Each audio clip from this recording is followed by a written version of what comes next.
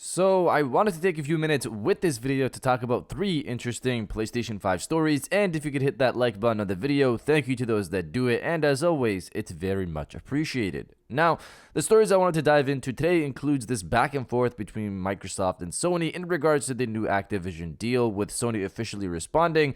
The PlayStation Experience PSX trademark gets an update indicating PlayStation Experience could be returning, and a PlayStation 5 exclusive gets its release date leaked. First, yes or no, do you think Microsoft will make Call of Duty exclusive at one point or not? This relates to one of the stories we're going to go over today, and it's pretty much been the main focus of the conversation right now, and I'm wondering what you guys think will happen. I think they'll make it exclusive at one point, but that's just me. What about you? So comment below, yes or no, if you think Microsoft will make Call of Duty exclusive at one point or not. Let me know down in the comments below. Now, diving into the first story of the video, Sony responds to Xbox officially. So this whole situation has been weird and almost like deja vu, because people are essentially eating up the same thing as last time with the Bethesda deal. So far the story is Microsoft is purchasing Activision, and we have to wait until mid-2023 to know if it goes through or if it gets blocked. The worry here, which I thought it would be, even though people brought up Crash and Spyro being the more important thing,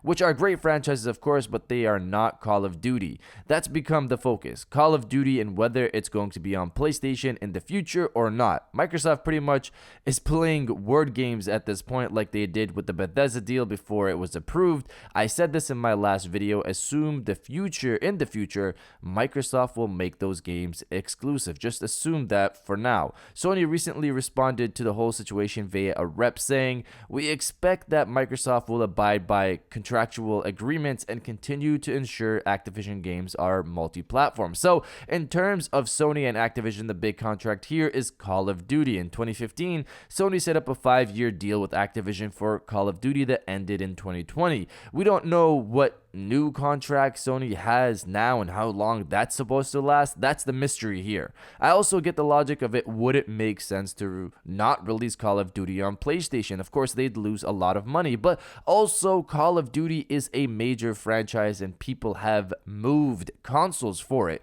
and this could push Game Pass by a lot if Microsoft does decide to push it as an exclusive for Xbox and PC.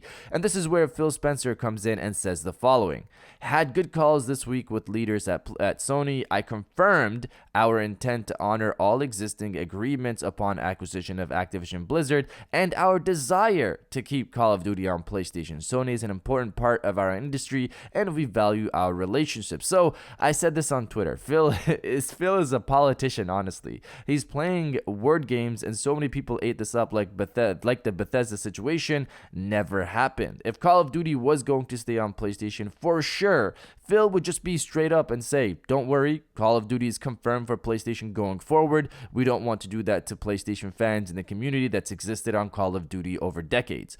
But no, what he said was, "I confirmed our intent to honor all existing agreements upon acquisition of Activision Blizzard and our desire to keep Call of Duty on PlayStation." Look at the wording here. Confirmed to honor existing agreements. That's straightforward. Confirmed.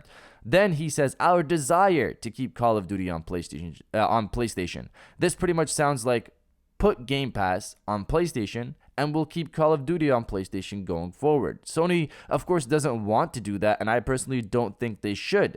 Any of you watching on PlayStation or Xbox's side shouldn't want that either. We shouldn't want Game Pass to have no real competition, just like we shouldn't want PlayStation to have no real competition. If Sony allows Game Pass on PlayStation, they've given the leg up to Microsoft, and I feel like this is where the conversation will go. The narrative will come down to PlayStation is the reason you guys possibly can't play Call of Duty in the future, and not what it really is, which is Microsoft bought Activision and is forcing the industry to what they want.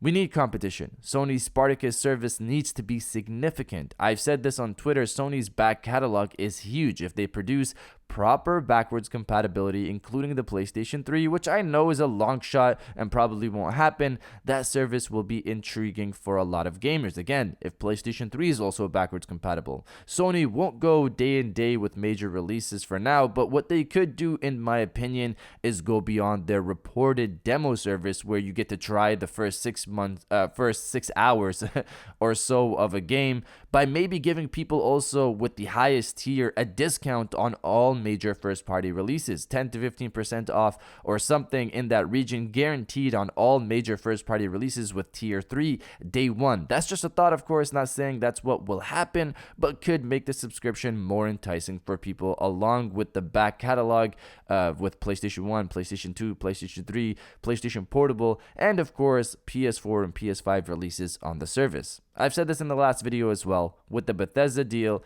I said make those games exclusive Xbox. It pushes Sony and we have competition. That was my idea originally. That's how I thought. With the Activision deal, Microsoft went a step too far in my opinion. This is a very different beast compared to Bethesda. Spartacus is set to be revealed this spring. Let's see where this goes. Above anything else, this is a very interesting start to the year. Now diving into the second story of the video, PlayStation 5 exclusive release date leaks. Reading from PlayStation Universe, Ghostwire Tokyo now has a release date after it was spotted on the PlayStation Store as releasing on March 24th, 2022. It should be noted that neither developer Tango Gameworks nor publisher Bethesda have confirmed this release date yet, but it would make sense as it was expected to be releasing in 2022. So as of making this video, I'm not able to find this date on the store, so I assume Sony took down the date. I personally can see Ghostwire Tokyo releasing in March because while we have GT7 releasing then, not everyone is a fan of simulation racing games. After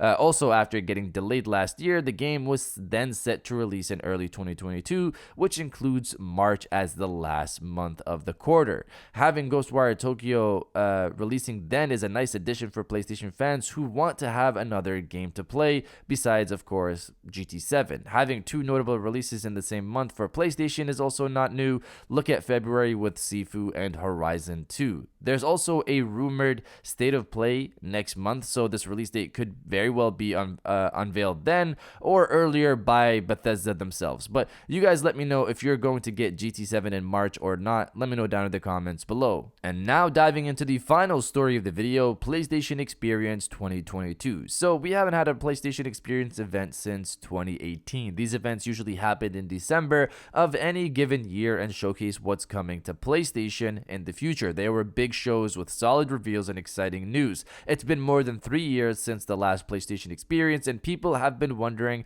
if it'll ever come back. Last year, we saw a trademark get filed by Sony for PSX, and it was for, and this is a long description, but we're going to go through it, arranging and organizing online shows featuring video game playing and news, entertainment services, namely live performances featuring video game playing and news, educational services, namely conducting conferences, meeting and networking events for professionals and consumers in the field of gaming, entertainment services in the nature of providing news and information on current events and gaming via the internet, websites, podcasts, webcasts, webisodes, blogs, and videos. So based off this description, this pretty much is for an event which PSX originally was. The story now is the trademark filing was updated on December 17th, 2021, about a month ago. So what does this mean? I'm not really sure. There's been talk of a bigger PlayStation event happening in March, but of course that's just a rumor right now. Putting rumors to the side though,